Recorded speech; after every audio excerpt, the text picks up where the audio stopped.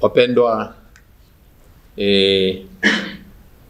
familia ya Mungu iliyoko Tanzania, sisi kama Secretariat ya Baraza la Maaskofu Katoliki Tanzania tunapenda kuwapa ujumbe unaogusa umma mzima kutokana na waraka fake au waraka usio sahihi uliosambazwa kwenye mitandao ya kijamii kuanzia jana tarehe 12 mwezi wa 10 mwaka 2025.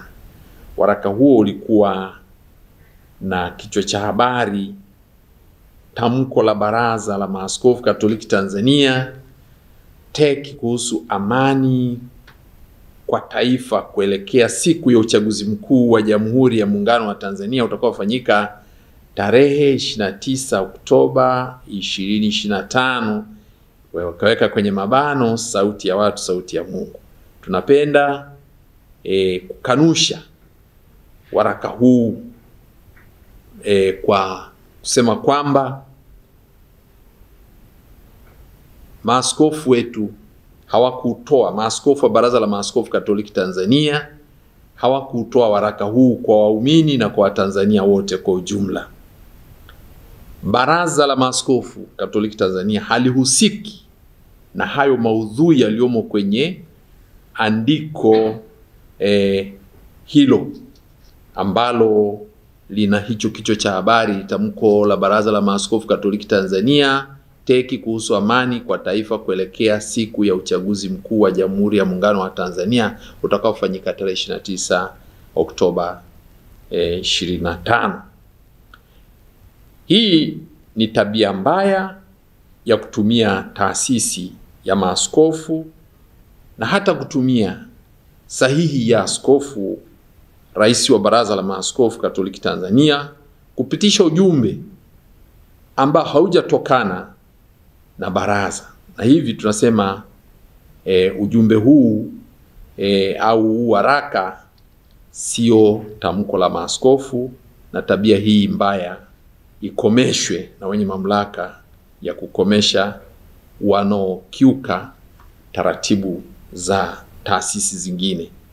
Tunawataka wenye tabia hiyo wao wenyewe pia, kwa sababu ni binadamu wenye utashi, waache tabia hiyo mbaya, kwa sababu wamefanya jambo hili kwa makusudi.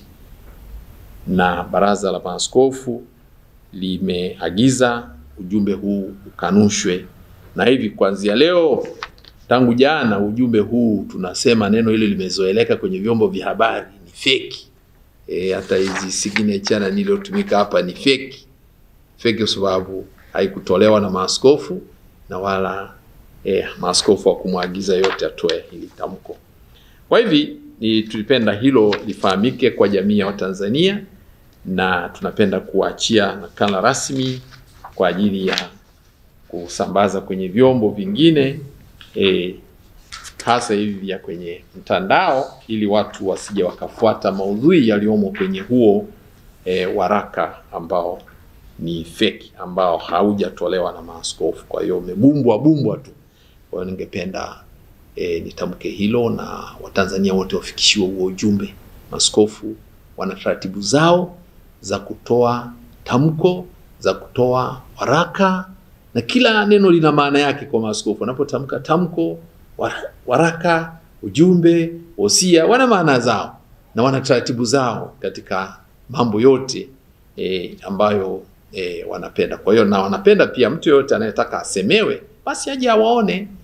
Yule aliyetaka kusema haya alikuwa na uhuru kabisa kwenda kwa paroko. Uzuri si tuko kila ziliko familia, tuko kule. Kuna jumuiya ndogo ndogo, naenda kwa mwenyekiti wa jumuiya, atakupeleka kwa paroko, paroko atakupeleka kwa askofu, askofu atakufikisha kwa rais wa Baraza la Maaskofu. Au ndio wasemaji wakuu wa kanisa, kuanzia kwenye familia kwenda juu. Na hata mtoto, unamwona kwanza mzazi wako, unaenda kwenye jumuiya, unapanda kwenda hivyo.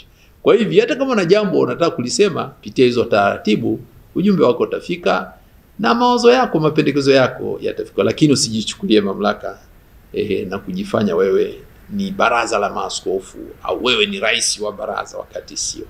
Asanteni na washukuru kwa kufika na kuchukua ujumbe huo. Tunaomba waraka ulivyoweka ukanushwe rasmi. Asante sana.